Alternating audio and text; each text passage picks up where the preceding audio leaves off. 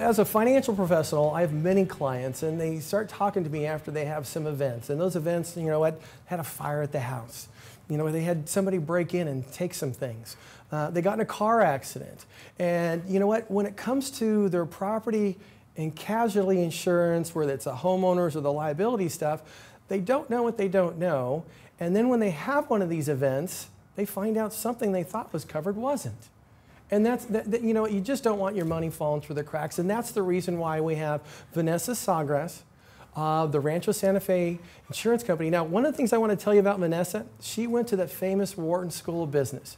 She got a Certified Advisor of Personal Insurance certificate from there, and that's the type of person that you want on your side, and that's the one we want to help educate you about these issues. Vanessa, welcome to the show. Thank you so much, Steve. Now, you know what, I was just talking about this. In fact, this just recently happened. One of my clients had their house broken into. Okay, he keeps his Rolex watch on the nightstand. His wife keeps the necklace on the hanging up on I want to say the jewelry tree. That's what it is, a jewelry tree. And they also had some artwork burned. And you know what? And the reality is, a couple $1,000s of it was covered, and that was it. And they are just shocked that their insurance wasn't covered. Why is something like that happening? You know, unfortunately, there's a lack of education in our industry. I think a lot of the education falls on the individuals to find out what their policy does and does not cover. So I feel like it's important to have an independent broker and agent kind of guiding or consulting clients along the way. There's a lot of nuances built into the policies that people just don't understand. It's confusing. It's not easy to understand, which is why we go to school for continuing education annually to keep up with what's going on in the industry and in the policy contracts. So, you know, when somebody has something that's worth more than a few $1,000s, how should they have that set up on their homeowner's policy? That's a great question. There's personal property coverage included on a homeowner's policy, but there are a number of categories that have a lower sublimit of coverage. Jewelry, for instance, silverware, furs, firearms, stamps, and coins. So typically the most that a homeowner's insurance carrier will cover for jewelry, for instance, is usually $2,500 to maybe $5,000. Oh, wow. And then your deductible applies to that. So what you do is you schedule your jewelry or your art items individually on your policy. And typically that's full coverage, all peril, and no deductible. Now, how simple is it to schedule that property on your insurance? Oh, it's so easy. It's a matter of a phone call to your agent. Go ahead and take that piece in and get it appraised. Every 3 to 5 years is what we recommend. Go ahead and send that in to your agent, and they'll list it right on your policy for you. Very inexpensive. Now, one of the big things I wanted to ask you is what's typically not covered in a homeowner's policy?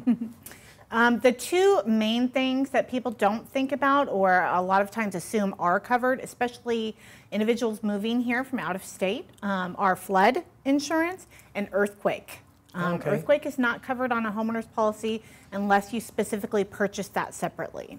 Okay, so you have to do it with the state earthquake fund, is that what it's called? If your insurance company writes their earthquake through the state, then it would go through California Earthquake Authority. But some companies write their own earthquake coverage. But it's always separate. You have to purchase that separately. Okay, okay. Now, one of the other things I want to move to is this liability issue. You know what? One of the things that I've seen, and even way in my back days with the Automobile Club, where people get 15, 30, and 5. They get the lowest coverage because it was the cheapest. Right. And then they would get into an accident and cause damage to somebody, and the damages were $20,000, $30,000, $40,000. And the next thing you know, they're filing bankruptcy or they've got to write big checks.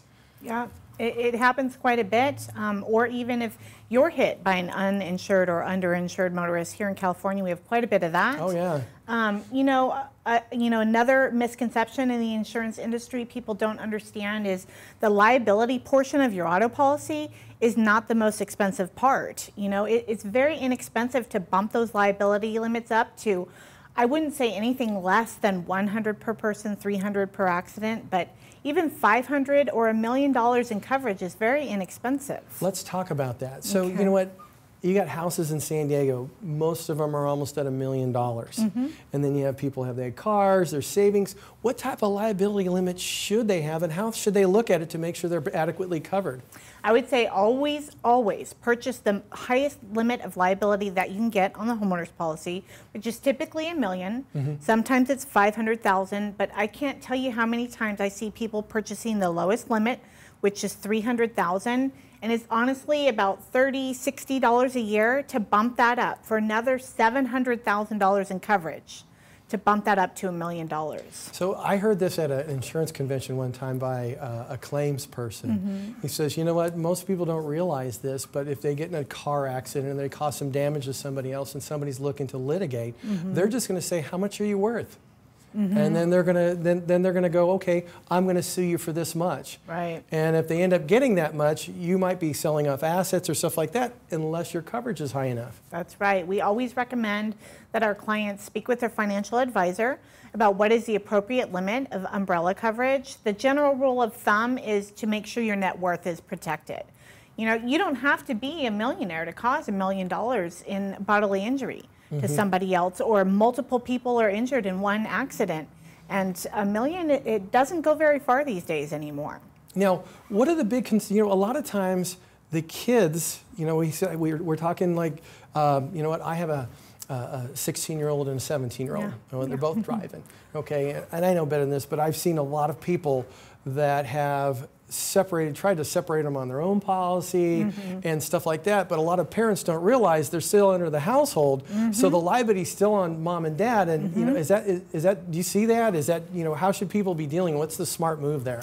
Yeah, you know, the more you can separate yourselves from their liability, the better. There's no harm in, for instance, titling the vehicle to your child's name, etc. But it would be in the insured's best interest to go ahead and list that vehicle and that driver on their auto policy.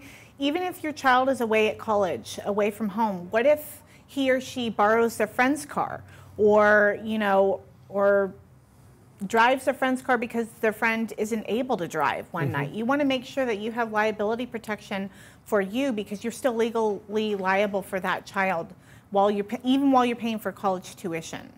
Okay. Now, if somebody gets into a car accident, what's the smartest thing to do first? Get out and ask if everybody's okay. You know, that should always be the first question. Yeah. We're talking about human lives here, and vehicles can be repaired and replaced. But exchange information, i.e. the driver information, insurance information, and get a photo of the license plate of the vehicle, the other vehicle that was involved, as well as any damages. Okay. Vanessa, thank you so much for coming on to the show. That was just wonderful. I appreciate it. Hope you'll come back soon. Absolutely. My pleasure. Thank you.